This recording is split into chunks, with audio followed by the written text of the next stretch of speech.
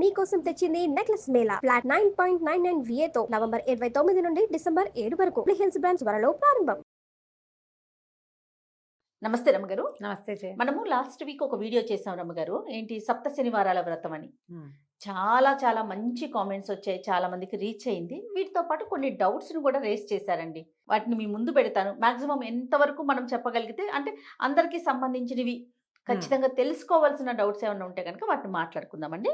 First అయితే చాలా వరకు కూడా చాలా బాగా చెప్పారమ్మా, చాలా థ్యాంక్స్. ఇప్పుడు ఫోటోలకి ఎక్కువ ఇంపార్టెన్స్ ఇస్తున్నారు. అలాంటిది మీరు చెప్పిన విధానం, వాళ్ళు వీళ్ళు చెప్పింది మాకు భయం వేసింది, బట్ మీరు సింపుల్ గా చెప్పారు. ఇలాంటి కామెంట్స్ చూసానండి. అయితే ఒక ఆవిడ పెట్టారు, నేను ఇప్పుడు మొదలు పెట్టాలి అనుకుంటున్నాను, కానీ నేను ఇప్పుడు మంచి రోజులు కావు అని చెప్తా ఉన్నారు. అందుకని ఈ వ్రతాలు పూజలు లాంటివి మంచి రోజుల్లోనే చేయాలి అని కొందరు పెద్దవాళ్ళు చెప్పారు. నేను పూజ చేయాలో వద్దో కూడా నాకు అర్థం కావట్లేదు. అంటే మనం చెప్పిన తర్వాత ఆవిడ స్టార్ట్ చేయాలనుకున్నారేమో బహుశా, బట్ ఇప్పుడు మూఢం నడుస్తుంది కదా రమ్మగారు, మరి నేనేం చేయాలి అని అడుగుతున్నారండి. అమ్మ, మూఢము పెళ్లిళ్ళకి గృహప్రవేశాలకి ఏదైనా కొత్తది అంటే మనం పందిరి ఇదేస్తారు కదా, ఫౌండేషన్ స్టోన్స్ వేయటానికి వాటికి ముహూర్తం కావాలి. అదేలేండి, శంకుస్థాపనలకి ముహూర్తాలు కావాలి. మీరు పూజకి ఏమీ తప్పు లేదమ్మా. ఎప్పుడు మొదలు పెడితే అప్పుడు శనివారం నాడు మొదలు పెట్టుకోండి. మరీ అమావాస్య అలా కాకుండా చూసుకోండి చాలు, ఏం పర్వాలేదమ్మా. ఇది పురాతనం నుంచి వచ్చిన నోము కాదు ఒకటి. తర్వాత ఏమో దీనికి ఇలాగే చేయాలన్న నియమం లేదు. 7 శనివారాలు మీరు పూజ చేసుకోదలుచుకున్నారు, రేపు శనివారం నాడు మొదలు పెట్టండి లక్షణంగా. మార్గశిర మాసం కదా ఇప్పుడు, మాసం లెక్క దీనికి. మార్గశిర మాసం మంచిది. శనివారం నాడు మీకు ద్వాదశి, మరి అంటే అమావాస్య అయితే కొంచెం ఇబ్బందిగా ఉంటుంది. అమావాస్య నాడు గబుక్కని మీరు సంకల్పం చెప్పుకుంటారు కదా, అమావాస్య తిథి నాడు మొదలు పెట్టడం ఎందుకు, శూన్య తిథులుగా చెప్తారు. అందుకని అలా కాకుండా శనివారం నాడు పాడ్యముగా పనికిరాదు, గుర్తుపెట్టుకోండి. విధియా తదియా పనికొస్తాయి. మళ్ళీ చవితి వదిలిపెట్టేసేయండి, పంచమి పనికి వస్తుంది, షష్ఠి వదిలిపెట్టేయండి, సప్తమి బాగుంటుంది, అష్టమి నవమి 2 వదిలేయండి, దశమి బాగుంటుంది, ఏకాదశి బాగుంటుంది. ఈ తిథులు పెట్టుకోండి. క్లియర్ గా చెప్పాయి కదా, వెరీ క్లియర్. ఈ తిథుల్లో శనివారం వస్తే ఈ శనివారం కాకపోతే వచ్చే శనివారం వస్తుంది, మొదలు పెట్టేసుకుని చేసుకోవచ్చు. తుమ్మల వనజారెడ్డి గారు రమ్మగారు పేరు కూడా చెప్తా ఉన్నాను. అమ్మ, మీరు పూజ క్లియర్ గా వీడియో చేసి పెట్టండి. ఇదే ప్రశ్న రమ్మగారు. చేసి పెడదాం, ఏముంది, ఎప్పుడో ఒకప్పుడు చేద్దాం. రేపే ఎల్లుండే చేయలేం, కానీ నీకు స్టూడియోలో కుదరాలి లేదా మా ఇంట్లో కుదరాలి. అవును, చెయ్యాలి. శనివారం పూజ చేసుకోవాలంటే ఏం చెయ్యాలి, రైట్, ఈసారి చేద్దాం నెక్స్ట్ టైం. అమ్మ, 7 పిండి దీపాలు వెలిగించాలా లేదా ఒక పిండి దీపం వెలిగించాలా చెప్పండి. మనం ఈ పిండి దీపం గురించే మాట్లాడా. పిండి దీపం అంటే ఒట్టిగా బియ్య పిండితోటి దీపం చెయ్యం మనం. దాన్ని ఏం చేస్తాం, బియ్య పిండిలో కొంచెం బెల్లం వేసి, కాసిన పాలు పోసి, కొద్దిగా పాలు పోసి, అంత నెయ్యి వేసి దంచిన లేదా బాగా చేత్తో కుమ్మినా మీకు ఉండవుతుంది, మిక్సీలో వేసినా అవుతుంది. ఇప్పుడు ఇది చలిమిడి చేసి దీపం పెట్టాం. మీరు 7 దీపాలు పెడితే ఈ చలిమిడిని ఏం చేస్తారు, మీరు ఆలోచించాలి కదా. వినిమయం చెయ్యాలి. ఎలాగా, ప్రసాదంగా తీసుకోవాలి. ఈ దీపం పెట్టిన తర్వాత ఇప్పుడు మీరు ఆలోచించండి అమ్మా, ఎవరికైనా ఇదే ప్రశ్న. 7 దీపాలు పెట్టావు, దీపారాధన ముందు వెలిగింది దీపం చక్కగా 1 గంట 2 గంటలు. తర్వాత దీపం వెలిగిన తర్వాత ఈ పిండి ముద్దల్ని లేదా ఈ చలిమిడి ముద్దల్ని ఏం చేయాలని మీ ఉద్దేశం? ఏం చేస్తారు? మట్టిలో వేస్తారా, ఎక్కడైనా పడేస్తారా? కాదు, అది చేయకూడదు. దాన్ని ప్రసాదంగా తీసుకోవాలి. ఇప్పుడు మీరు 7 ముద్దలు పెడితే ఎంత చలిమిడి అవుతుంది అది. ఇదంతా మీరు ఎంతమందికి పంచిపెట్టగలరు, మీరు ఎంత తినగలరు, ఎంత ప్రసాదంగా స్వీకరించగలము. అందుకని నేనేం చెప్పాను, చిన్న ముద్ద చేసుకోండి. మీరు 7 పెట్టాలంటే బుజ్జి దీపాలు పెట్టుకోండి, అంత చలిమిడి చేయండి. దీన్ని చేసి ఇంతే అయితే మీరు వినిమయం చేయగలుగుతారు. అదేలేండి, మన కుటుంబ సభ్యులు రమ్మగారు బయట వాళ్ళకి కూడా పెట్టచ్చు, ఎవరికైనా పెట్టచ్చమ్మా. ప్రసాదంగా పెట్టచ్చు. ఆ ఒత్తులు తీసేసి ఒత్తులు మట్టిలో వేసి మీరు ఈ ప్రసాదాన్ని తలా కాస్త ఇది చలిమిడి దీపారాధన స్వామివారికి చేసాం అని పెట్టచ్చు.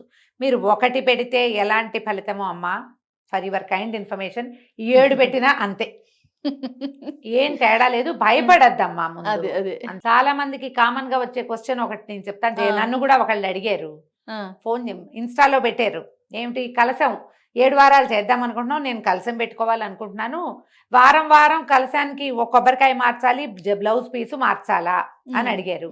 నేను నా తెలివితోటే చెప్పే జయ సమాధానం. 7 రోజులు 7 వారాలు 7 కొబ్బరికాయలు 7 జాకెట్ ముక్కలు మీ వల్ల అవుతుందో అవదో. ఈ బ్లౌజ్ పీసులు ఎవరికైనా ఇస్తే తప్పు, మనమే కుట్టించుకోవడానికి కుదరదు, మనం ఇంట్లో ఉంచుకోలేమో. ఈ కొబ్బరికాయలు ఏం చేయాలి, ఎన్ని వస్తాయమ్మా కాంప్లికేషన్స్. అవును.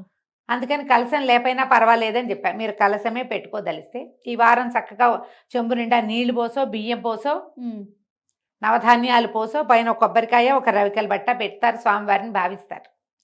సాయంకాలం అయ్యాక దేవుడిని కదిపేస్తారు కదా, రేపు పొద్దున్నే చక్కగా జాకెట్ ముక్క కొబ్బరికాయ తీసి పైన పెట్టుకోండి, ఎక్కడ పడితే అక్కడ పెట్టకుండా. అందులో నీళ్లు కనుక పోసుంటే మొక్కల్లో పోసేయండి, బియ్యం పోస్తే శుభ్రంగా అన్నం వండుకుని తినేయండి, ఏం పర్వాలేదు. చెంబుని బాగా తోముకోండి. మళ్ళీ శనివారం నాడు అదే చెంబులో మళ్ళీ నీళ్ళో బియ్యమో మీ శక్తిని అనుసరించి, మీ అలవాటుని అనుసరించి పోసుకుని, మీరు పైన పెట్టారుగా జాకెట్ పీసు కొబ్బరికాయ, అది పెట్టేసుకోండి. 7 వారాలు ఒకే కొబ్బరికాయని కలశంగా పెట్టుకోవచ్చు, దానికి ఏ తప్పు లేదు. కాయ పాడైపోకుండా మాత్రమే చూసుకోండమ్మా. అందుకని మొత్తం ఇదంతా తీసేయకుండా బాగా ఎండింది, కొద్దిగా పీచు ఉన్నది మంచి కాయను చూసి తెచ్చుకోండి. ఒకవేళ ఈ ఫెటాల్ అది కూడా వచ్చింది ఇంకోటి, అమ్మ మధ్యలో కాయ పాడైపోతేనో అని, అప్పుడు దండం పెట్టి భగవంతుడికి సమర్పించేసి దాన్ని ఇంకో కాయ పెట్టుకుందాం. భగవంతుడు అంటే ఎక్కడో లేడమ్మా, భూమిలో కూడా ఉన్నాడు, ఎక్కడైనా సమర్పించి వదిలిపెట్టేసి అప్పుడు మళ్ళీ పెట్టుకోండి కొత్తది. లేదా మీరు 7 వారాలు వరుసగా చేసుకునేటట్టయితే ఆ కాయని ఉంచి పెట్టుకోవచ్చు, భయం లేదు, తప్పు కూడా లేదు. రమ్మగారు ఇంకొక కామెంట్ అండి, రవిపత్తి లక్ష్మి గారు, శివవ్రతం చేసేటప్పుడు అన్ని రోజులు ఈ వారం అంతా కూడా నేను నాన్ వెజ్ తినకుండా ఉండాలా? ఇప్పుడా ఈ శనివార వ్రతానికి అంటే అమ్మా అవి మీ మీ పద్ధతులను బట్టి ఉంటాయమ్మా. మీరు వెజిటేరియన్గా ఉంటాను అని దేవుడికి దండం పెట్టుకున్నారనుకోండి, 7 శనివారాలు అంటే కనీసం 7 ఏళ్ళు 49 7 54 ఉన్నాయి కదా అవునవును రోజులు, అంటే ఇంచుమించుగా ఒక 60 రోజులు, 2 నెలలు అనుకో కనీసం. 7 వారాలు అంటే 2 months కదా. ఈ 2 నెలలు మీరు వెజిటేరియన్గా ఉంటానని మీరు నియమం పెట్టుకుంటే లక్షణంగా ఉండండి. మీరు ఉండాల్సిందేనని నేనైతే చెప్పట్లేదు. కనీసం ఈ పూజ ఏ రోజున చేసుకుంటారో ఆ రోజు మీరే కాకుండా మీ ఇంటిల్లిపాది వెజిటేరియన్గా ఉంటే మంచిదని మాత్రం నేను చెప్తా. ఓకే, మీరు మీ ఇంట్లో వండద్దు, మీరు తినద్దు, మీ వాళ్ళు బయటికి వెళ్ళి తినడానికి ఒప్పుకోవద్దు. ఎందుకంటే మీరు ఇలాంటివి ఏవైనా చేసేటప్పుడు అమ్మ అన్నం కూర మన కోసం మనం తింటాం, నీకేదో పులిహార తినాలనుంది చిటుకుని చేసుకుని తింటాం నీ పొట్టకి. కానీ పూజ నీకొక్కదాని కోసం చేసుకుంటావా అమ్మ? ఎప్పుడైనా సభ్యులందరూ కాదు, ఫ్యామిలీ కోసం చేస్తాం. చేసేటప్పుడు మీరు ఫ్యామిలీ కోసం మీరు పూజ చేస్తుంటే మీరు ఒక నియమం పెట్టుకుంటే మీ ఫ్యామిలీ మీ నియమాన్ని ఎందుకు గౌరవించదో అడగండి. మీరు గౌరవించి తీరాలి కదా. ఈ ఒక్క నియమం పెట్టుకోండి, శనివారం నేను పూజ చేసుకుంటున్నాను కాబట్టి నేను వండను, నేను తిన్ను, మీరు కూడా బయటకు వెళ్ళి కూడా తినద్దు, సాటర్డే అర్ధరాత్రి అయ్యాక తింటామని పిచ్చి వేషాలు వేయద్దు. రైట్, ఆదివారం నాడు ఏదో చేసుకోండి, సోమవారం నాడు. కానీ ఈ ఒక్క ప్రత్యేకమైన రోజున అర్ధరాత్రి దాటటము అలాంటి నియమాలు కూడా ఉండవు, తెల్లవారితేనే మన రోజు. ఇది పెట్టండి చాలు. రైట్ రమ్మగారు ఇంకొక క్వశ్చన్ అండి, ఇంకొక మెసేజ్. వెంకటేశ్వరునికి గురువారం ఇష్టం అంటారు కదా, మరి గురువారం చేసుకోవచ్చా అమ్మా అని ఒక ఆవిడ క్వశ్చన్ అడుగుతాం. అంటే ఎవరంటారో తెలుగు రాష్ట్రాల్లో వెంకటేశ్వర స్వామిది శనివారం అనే చెప్పుకుంటాం మనం, వాళ్ళ ఊళ్ళలో గురువారం ఇష్టం అని ఏమైనా చెప్పుకుంటారేమో. గురు కాదు కానీ బుధవారం వెంకటేశ్వర వారంగా చెప్తారమ్మా. జ్యోతిష్యంలో ఈ బుధగ్రహానికి ఏవైనా సమస్యలుంటే వెంకటేశ్వర స్వామి దేవస్థానానికి వెళ్ళి బుధవారం నాడు స్వామికి ప్రదక్షిణ చేయండి అని చెప్తారు. గురు అయితే గ్యారంటీగా కాదమ్మా. ఇది సప్త శనివార వ్రతం అంటే శనివారమే కదమ్మా, గురువారం చేసుకోవచ్చు అంటే ఏమి ప్రశ్నమ్మా, ఆలోచించండి.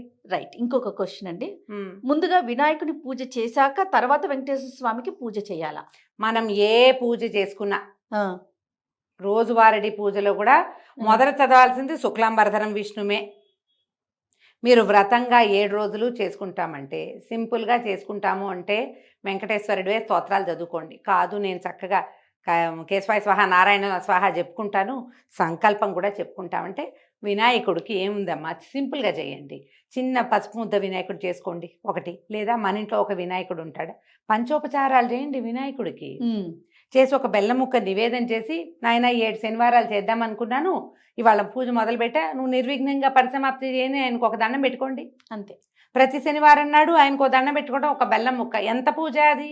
వినాయకుడు గంట పూజ అడగడు, బంగారు కొండ ఆయన. 5 పంచోపచారాలు చేసి బెల్లం ముక్క నివేదన చేసి ఆయన పక్కకు పెట్టుకుని మీరు వెంకటేశ్వర స్వామి పూజ చేసుకోవచ్చు. చేయండి అమ్మా, అధికసి అధికం ఫలం. మానేయాల్సిన పని లేదు. చెయ్యలేకపోతే ఊరుకోండి, కానీ చేయగలిగి ఉంటే చక్కగా వినాయక పూజ లేకపోయినా మీరు శుక్లాంబరధరం చదువుకోవాల్సిందే, అంతే. రైట్. ఇంకొక క్వశ్చన్ అండి, ఇంకొక కామెంట్. అమ్మ, పూజ రూమ్లో కూడా వెంకటేశ్వర స్వామిని పెట్టుకొని వ్రతం చెయ్యొచ్చు కదమ్మా? ఎక్కడైనా చేసుకోవచ్చు, పూజ రూమ్లోనే. మరి ఎక్కడ చేసుకోమన్నాను నేను?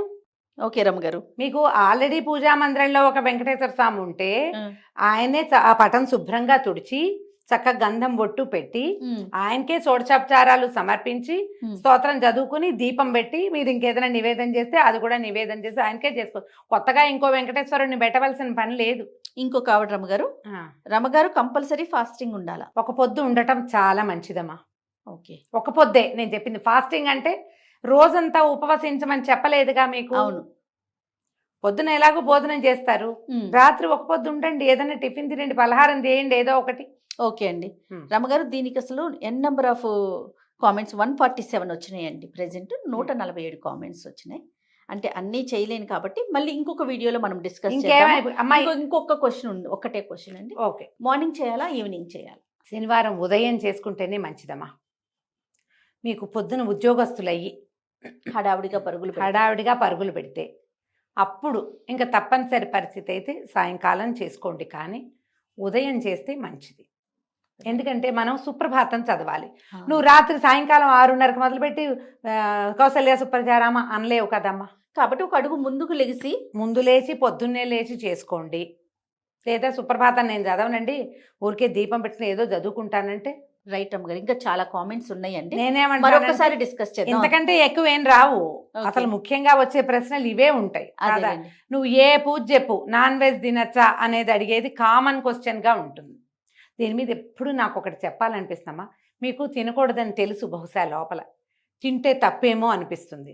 ఎందుకు అవుననిపించుకోవాలని చూస్తారు? మీకు తప్పనిపిస్తే మానేయచ్చుగా, మానేయండి. తప్పనిపిస్తే తప్పు కాదు, తినచ్చు అనిపించుకుని తినటం కంటే మీకు ప్రశ్న వచ్చింది అంటే లోపల భయం అనమాట. మీకు భయం వేస్తే మానేయండి అమ్మా హాయిగా, అంతే కదా.